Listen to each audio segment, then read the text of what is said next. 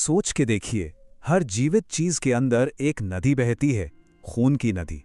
लेकिन सवाल ये है कि ये नदी, ये पूरा जटिल नेटवर्क आखिर बनता कैसे है। चलिए, आज हम विकास के उस शुरुआती, उस बिल्कुल अद्भुत पल में चलते हैं जहां शरीर अपनी पहली लाइफलाइन, अपनी पहली नदी खुद बनाता है। जरा सोचिए, आप एक शहर बना रहे हैं जो हर मिनट दुगना हो रहा है। अब ऐसी हालत में आपको बिल्डिंग मटेरियल, खाना, सब कुछ कम पड़ने लगेगा, है ना?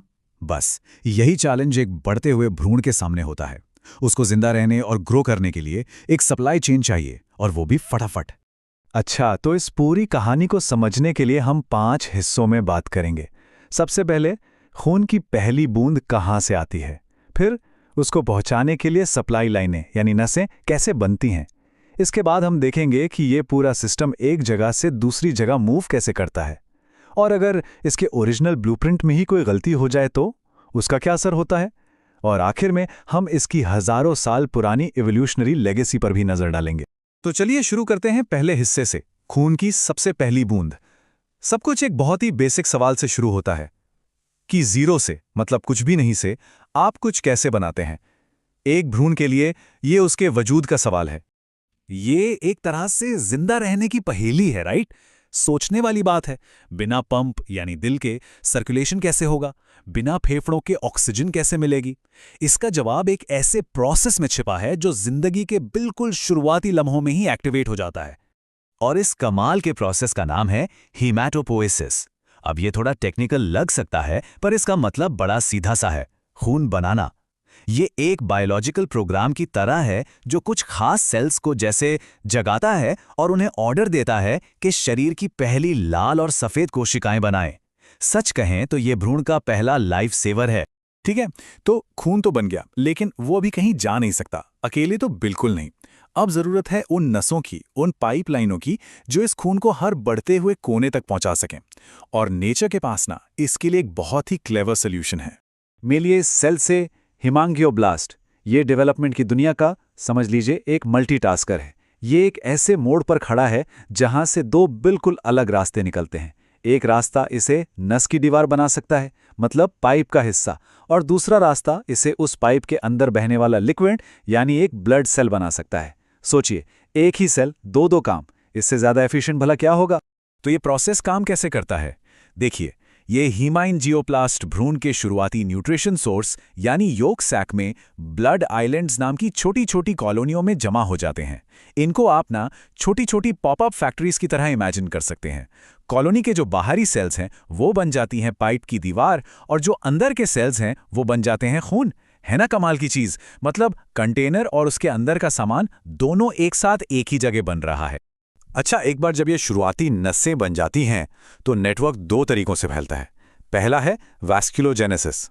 इसको ऐसे समझिए जैसे बिल्कुल स्क्रैच से एक नई सड़क बनाना जहां पहले कुछ भी नहीं था। और दूसरा है एंजियोजेनेसिस। यह है जैसे किसी बनी बनाई सड़क से एक नई गली निकाल देना। शरीर इन दोनों ही तरीकों का इस्तेमाल करके बहुत तेजी से एक कॉम्प्लेक्स और एफिशिएंट ट्रांसपोर्ट सिस्टम बना लेता है। शुरू में ये पूरा सिस्टम एक स्टार्टर किट जैसा होता है जो भ्रूण के बाहर काम करता है। लेकिन जैसे जैसे भ्रूण बड़ा होता है, खून बनाने का ये सेंटर, ये फैक्ट्री एक जगह से दूसरी जगह शिफ्ट होती है, अपने टेम्पररी घर से अपने परमानेंट लाइफ लॉन्ग हेडक्वार्टर्स में। ये टाइमलाइन इस हैंडओवर को बहुत अच्छे से दिखाती है। देखिए, योक सैक यानी पीली लाइन सबसे पहले शुरू होती है, पर लगभग 8 हफ्तों के आसपास इसका काम पूरा हो जाता है। फिर जैसे ही भ्रूण को एक ज्यादा सेफ और स्पेशलाइज्ड जगह की जरूरत पड़ती है तो लिवर यानी हरी लाइन और स्प्लीन इसकी जिम्मेदारी ले लेते हैं।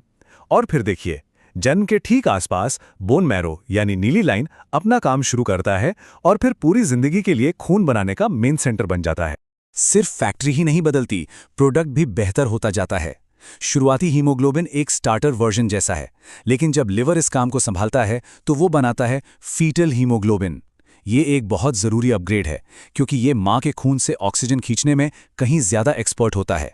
और जन्म के बाद ये भी एडल्ट हीमोग्लोबिन में बदल जाता है, जो फिर पूरी जिंदगी ऑक्सीजन सप्लाई करता है। अब देखिए, ये पूरा प्रोसेस इतना ज़्यादा कॉम्प्लेक्स है कि कभी-कभी इसके ब्लूप्रिंट में, इसके डिज़ाइन में कुछ गलतियां हो जाती हैं, और इन गलतियों के रियल वर्ल्ड में गंभीर नतीजे हो सकते हैं। इससे हमें यह भी समझ आता है कि हर चीज़ का ठीक से काम करना कितना ज़रूरी है। थैलेसीमिया इसका एक बिल्कुल सीधा एग्जाम्पल है। ये तब होता है जब हीमोग्लोबिन बनाने के ब्लूप्रिंट में ही कोई गड़बड़ हो।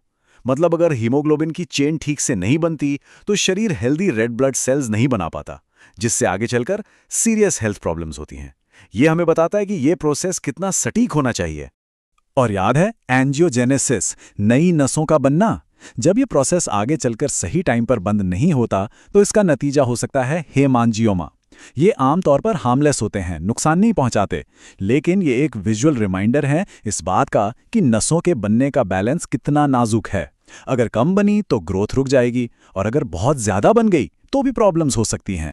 लेकिन ये ब्लूप्रिंट सिर्फ एक इंसान के लिए नहीं है, इसे लाखों सालों के एवोल्यूशन ने, विकास ने धीरे धीरे तराशा है।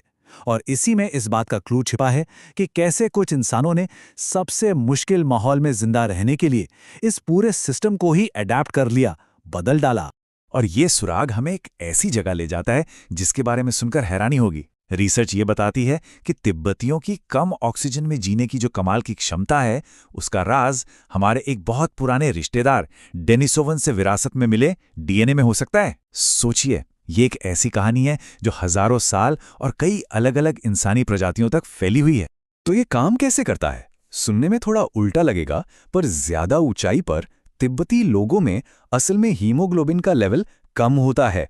ये EPAS1 नाम के एक जीन की वजह से होता है। ये जीन उनके खून को बहुत ज्यादा गाढ़ा और खतरनाक बनने से रोकता है। इसके बदले उनका शरीर जितनी भी ऑक्सीजन अवेलेबल है उसका इस्तेमाल कहीं ज्यादा एफिशिएंसी से करता है। ये हमारे नॉर्मल ब्लूप्रिंट पर एक जबरदस्त इवोल्यूशनरी सुधार है। तो देखा जाए तो हमारे शरीर की इस पहली नदी की कहानी सिर्फ बायोलॉजी की कहानी नहीं है। ये निर्माण की, माइग्रेशन की और अडैप्टेशन की एक गहरी दास्तान है। ये हमें याद दिलाती है कि हम सब के अंदर एक बहुत प्राचीन ब्लूप्रिंट काम कर रहा है, और ये बात सोचने पर मजबूर करती है कि ऐसी और कौन सी छिपी हुई विरासतें हैं जो हमें वो बनाती हैं जो आज हम हैं।